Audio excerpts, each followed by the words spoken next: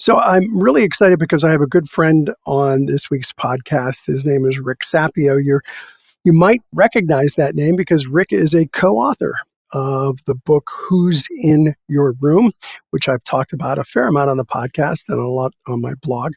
Rick's a lifelong entrepreneur. He started his business, a bicycle repair shop, when he was only 13 years old. Since then, he started almost 24 companies. He's the seventh of 9 children, and he was raised by a mother that had some serious health issues, and we talk a little bit about her in Who's in Your Room. He's the co-founder and 6-time chairman of the Gathering of Titans program, which is an annual CEO event that's held at MIT in Boston, and he graduated from Rutgers. Rick is a good friend and a co-author of Who's in Your Room. I'm really excited to have him on the podcast here today. Rick, welcome. Thank you, Ivan. Glad to be here. Well, it's great to have you here, and we're going to talk about a business decision making using a lens that will help leverage your business. And I'd love for you to talk about that. And then as you're talking about it, I'll just jump in and give some color commentary. Perfect. So when you think about who's in your room, it's using values to make decisions on who and what you want to enter into the room of your life. This is taking a little bit further, and I have used in my 55 years on the planet a decision-making lens that helps me get the desired result. So one of the benefits of using a lens is your yes/no decisions come faster, and we're all looking for an edge. That's why we titled it Amplifying Results. So the three words we use as operating values in our businesses, and actually in my family life too: simplicity, probability, and leverage. So you want me to go deep on each one? Yeah, go deep on each one of those if you can. All right. So one of the things we say often in our family and in my company is we like to add consciousness to business and personal decisions. And I think there's a book written by Charles Duhigg that talks about how about 98% of what you and I do on a daily basis is unconscious. We just do it because we do it. And there's a lot of decisions that if we made them consciously, we make them differently. And so we like, for simplicity, probability, and leverage, to be part of your conscious decision-making criteria. So, as an example, my wife wanted to build a house about 30 miles from where I work. And I said, well, building a house, I've watched 3 people get divorced building a house, and I don't believe in commutes. So it doesn't fit the value of simplicity. And she's like, you're right. So now we bought a house that was already built, and it's 5 miles from my office. So using simplicity and consciousness when making decisions. And so I think that if people just used one operating value and they looked at everything they do in their business and their personal life, and they just said, how can this be as simple as possible? And it was Leonardo da Vinci who said, simplicity is the ultimate sophistication. So we like to operationalize simplicity. So that's the first leg of the stool. Let me jump in on that. I mean, I think that is such an important value to have, simplicity. When I met, on one of the times I met Richard Branson, one of the things he said is that any idiot can make things complicated. It's a really smart business person that can keep things simple. I couldn't agree with that more. And I see that happen in B&I all the time, where people just get crazy complicated with the B&I system when it's all about relationships. Just focus on building relationships with people and doing a good message about who you are and what you do. Simplicity is so important. I love that one. Go ahead, Rick. Yep. And I think we don't operationalize it. So we have limited time here, but if you have a company or if you have a personal life, which everyone does, they have one of those two or both, look for simplicity as an operating value and a value across the board. Okay. The next one is probability. I love probability. I'm going to use a personal example. My wife and I have 4 young kids, and every decision we make with the kids is to increase the probability that they are self-sufficient, independent, entrepreneurial 18-year-olds. So because that's our goal, There's a lot of things that we don't do that most mainstream parents do. For example, we don't drive our kids to sports. We think that that's going to make them the opposite of self-sufficient, independent, and entrepreneurial. We do, however, drive them to places that will teach them how to earn money, or how to be entrepreneurial, or how to think for themselves. And so That's probability it. is about, That's an interesting okay, one. I think people will find that one controversial. But how do you apply this in a business setting?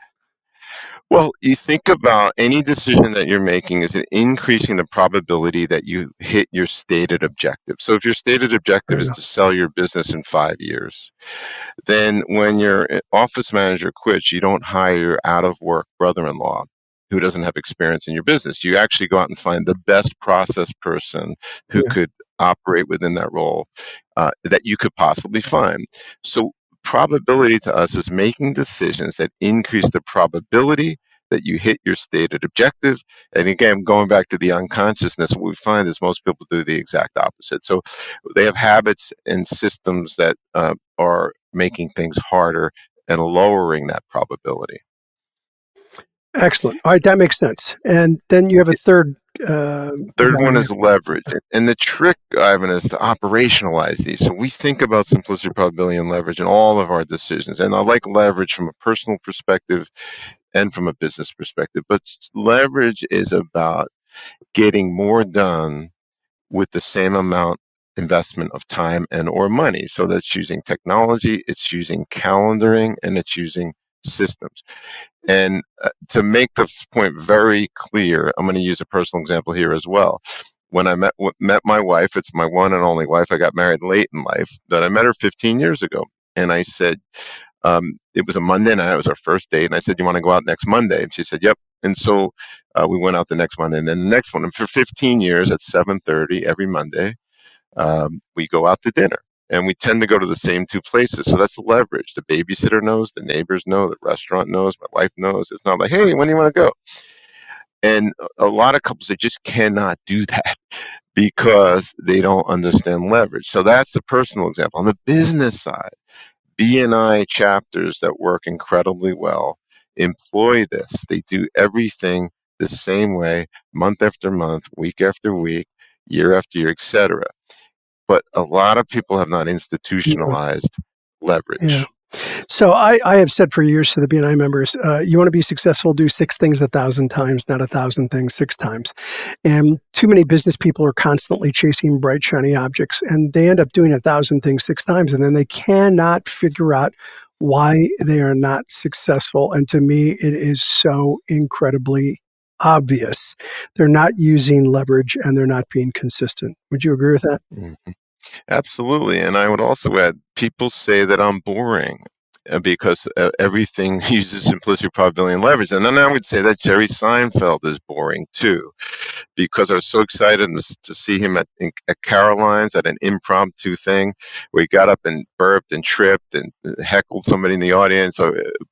And then I saw him 2 years later in Vegas, and he did the exact same presentation, act, etc. So Jerry Seinfeld must be boring too. People that are great at things like you are very ritualistic, and they use simplicity, probability, and leverage. Yeah, I agree completely. And I think the problem is that, you get entrepreneurs who are, they're maybe a little bit artistic in some way, or they're very high I personalities, and they just like things that are new and different, and they can't do things over and over and over again. And to them, I say that's no problem. Just don't expect to be incredibly successful, because if you Yeah. don't do things over and over and over again, you're just not going to achieve the success that you want in life. We call those people, Ivan, the people that are addicted to yes. Yeah. And addicted to yes is a sure way to failure. All right, we've only got a minute or so left, and there's one other thing that you talk about, which I absolutely love, and that's focusing on your 100 years out. That's crazy. Talk about that, Rick. Yeah, it's one of my values is eternalism. And if you think about what's your legacy going to be, and you focus on 100 years from now, a lot of people that are living today will be here in 100 years. You have to think about it based on medical technology. But if I knew that you and I were going to be friends for 100 years, Ivan, how careful would I be with what I say to you? How careful would I be with the business decisions that I make with you? How careful would I be in caring for the relationship? And I think companies that have a 100-year vision just do things differently. It's the exact opposite Yeah. of how the world operates today for the most part. Yeah. Which is, what sale can I make this week as opposed to what relationship can I build for the long term? Well, this is Mm-hmm. really good advice. And you have a program. I've been to one of your events, Business Finishing School. You've got a website, businessfinishingschool.com. Do you want to talk briefly about that? We've got about 20 seconds left. Yeah, Business Finishing School is all about operationalizing simplicity, probability, and leverage. And the people that do the program see 50% growth in their top line revenue year one. So BNI members have been to the program from all over, and we just think it's a perfect symbiotic relationship with BNI. Well, I agree completely. And as I said, I've been to a Business Finishing School event, and I highly recommend it to BNI members. If you have an opportunity, go to businessfinishingschool.com. We'll have a URL link here. Rick, thank you so much. Thanks for the work you've done on Who's in Your Room, and thank you for what you do for business people all over the world. Thank you too as well, Ivan. I appreciate your time, and I appreciate the BNI audience, and I appreciate the stamp that you have made on the world through BNI. It's incredible. Thank you.